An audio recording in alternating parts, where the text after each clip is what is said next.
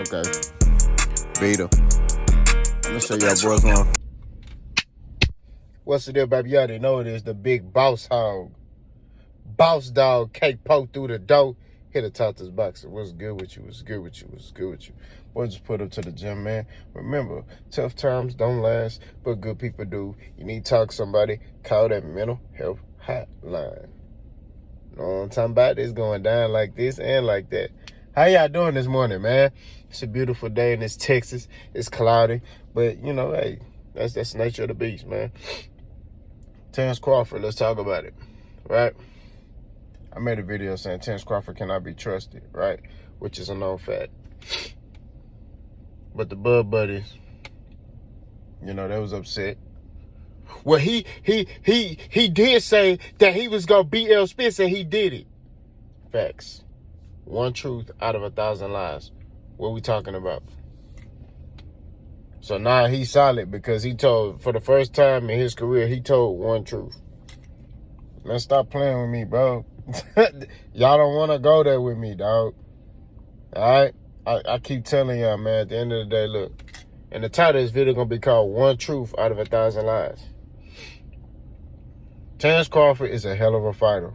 I don't take nothing away from him. He a dog, bro. I've been saying that, though. But see, people tend to ignore that. You can go back and watch all my old videos. I've always said he a good fighter. I just didn't think he could beat Errol. You know what I mean? And I told you, I had Errol 1A, Terence Crawford 1B. Now it's Terence Crawford 1A, Jaron Busin is 1B, and I give Errol Spence, 1C. Because he's still number one if he stay at 147. He's still right there. You know what I'm saying? Now, I don't know, what the deal is. He might go to 154, what the situation is. All I know is that Errol Spence still a top talent in the sport of boxing. You know what I mean? And nobody did what he did at one weight class with the caliber of fighters that he had to fight and the different styles and all that. You know what I'm saying? That's all I'm saying. That video coming by Errol Spence, because I got to remind y'all forgetting. Now, Terence Crawford, man. And like I said, this ain't finna be a long video. He lied about PBC freezing him out. And my homeboy Jay Will, shout out to Jay Will, be constantly putting it, well, PBC tried to blackball him, freeze him out. They ain't try to blackball him and freeze him out. Okay? And Jay Will, this is the question I have for you. Why did it take Terence Crawford to leave Top Rank for him to get an Errol Spence fight? I want you to answer that question. I want anybody to answer that question. Why, when he was asking for Errol Spence fight, he couldn't get it done? Why any Top Rank fighter, when they leave Top Rank, they're able to get fights with PBC? So y'all want to put it on the black man. Y'all want to put it on Al Heyman because that's y'all fighter y'all support. Y'all supporting Terence Crawford or every fighter that you love. So you put it on the black man instead of looking at the situation from a broad perspective and saying, why when this fighter leaves, then he gets all these fights? Manny Pacquiao was with Top Rank for a long time, right? He leaves Top Rank, go to PBC, or do a partnership with PBC. He fight Keith Thurman, Adrian Broner. He fighting all these guys, these top guys. But I guarantee if he was on Top Rank, he wouldn't have got them fights. He went where the smoke was at. And he's still trying to go where the smoke is at. He want to fight Tank. He looking at Tank. You know what I'm saying? What's the names? Manny Pacquiao put out a list the other day. Said, I want to fight Tank and somebody else. Tank versus Manny Pacquiao, that's a good fight. But Manny Pacquiao, old, man. Tank will spark that, man. He'll put that. That boy eyes was closed. That boy eyes gonna be, he gonna have, all right. If Tank hit that boy, the boy eyes gonna turn around. I'm sorry, that was wrong. That was wrong. My bad. I'm sorry. God forgive me. Please forgive me. I'm sorry, man. All I'm saying is at the end of the day, spade is spade. We can't continue to lie, man, and deal with Terence Crawford and spread these lies, talking about they blackballed him. Nobody blackballed you. You chose to stay over there strategically. And I'm going to tell you why Terence Crawford did that strategically. He knew that what I'm going to do is kind of like what Shakur doing. I got a video about Shakur coming too. Oh, my God. I'm cooking. So, he knew, okay, I'm going to let Errol fight all them tough fights. Hopefully he lose. If he don't lose, he'll be run down by the time he fight me. Y'all notice that? Terence wasn't fighting no fights where he took damage. Now I know the Bubba's going to say, it's because he elite. He elite. Nah. He strategically fought fights that he knew he had the upper hand in. Why? Because he knew that Errol Spence fight was going to happen. He knew it was coming. He knew, okay, I'm going to get this fight. Eventually. If he fight all them fights, he going to be run down. I got him. That's just what it is. He could try to lie and say, oh, man, I'm telling you, actions speak louder than words, bro. When you want to fight somebody, you willing to do anything to fight them. You're not even going to let promoters get in your way to fight. That's all I'm saying. If you bought that life, you ain't going to be sitting there talking about some damn, oh, man, you know what, they try to blackball me. You going to be like, Bob M, screw you. Hey, what's up? Al, hey, Bob, I don't got time for this. I want to fight him. I know I could beat him. Hey, what's up? Let's fight. And which Crawford ended up doing. But he had to leave Top Rank in order to do that. Which he should have did a long time ago. See, and this is I said about Crawford. Crawford, that type of dude, you tell him, hey, bro, if you go down this path right here, you'll get, man, you gonna do this and do that. Crawford type dude like, nah, I ain't going down that path. I'm gonna do what I want to do.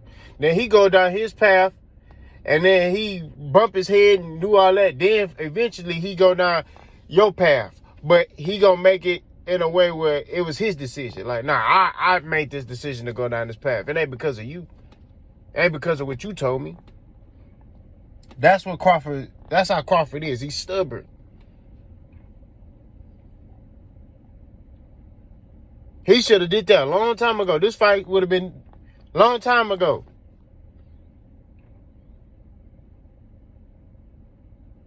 He could have fought Errol before he got all them belts. He could have had all the fights he wanted. Nah. The man chose to stay with Top Rank and continue to fight the fights he was fighting and fight the caliber fighters he was fighting, those easy fights that he was fighting, and then continue to scream and holler from behind a gate on the other side of the fence. Errol Spence in his other yard, he's screaming in the yard that he got the key to the gate. He got the key to the gate, to his gate, to open the gate and get out and go over there. But nah, they blackballing me. Nah, bro. So I'm not trying to hear that stuff, bro. He lied about Errol Spence ducking him. Right? This is how this works. He lied to say Errol Spence was ducking him. Then came back and said Errol Spence ain't ducking him. Make that make sense? This is stuff these niggas choose to avoid. They don't want to, these bud buddies don't want to hear that stuff, man. These niggas will on purpose ignore that. Like, nah, bro. We don't ignore nothing. You know what I'm saying? Over here on Boss Channel, we don't ignore nothing. Everything gets addressed. You know what I'm saying? So when I see Cuz and Cuz sitting there and he say that and then come out and say Errol Spence ain't ducking. When he said Errol Spence was ducking, Bud Buddies was running with that. Errol Spence is ducking. He's scared of Terence Crawford. Then Terence Crawford come back and say, oh, Errol Spence not ducking me. It's the guys in the suits, that's preventing this fight from happening. They still want to run the narrative. Errol Spence is ducking. But your leader said that Errol Spence ain't ducking. Because y'all say anything he's saying. Just like he's saying right now. Prime example. Oh, Boots, I already tried to fight him twice. That fight don't interest me. Yo, man, Bud already said. You see how y'all follow this nigga? Y'all, and then the crazy thing is the other day on Twitter, he said he'll fight Boots. If they put the right money up, he'll fight him.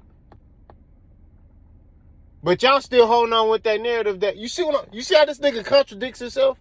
This nigga is a walking contradiction. That's why I say I think that nigga just be saying stuff, bro. I'm trying to give him the benefit of the doubt. I think that man just be saying whatever. Cause he know the media gonna run with it. That's what I think. I think he says whatever, and then he come back over here and say this.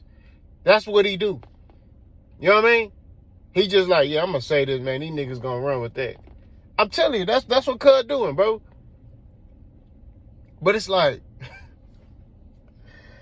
bro, I could go on and on about the contradictions this nigga be doing, bro. I'm trying to get the benefit of doubt and say, look, he doing this because he know the media gonna discuss it, right? That's what I believe. I think he's saying what he's saying because he know as media, as content creators, I'm a content creator, we're gonna discuss this. We're gonna be talking about it, right? We're gonna be like, hey, bro, that nigga said this. So he know that's gonna keep it relevant if he just say whatever. It's quite genius if you think about it.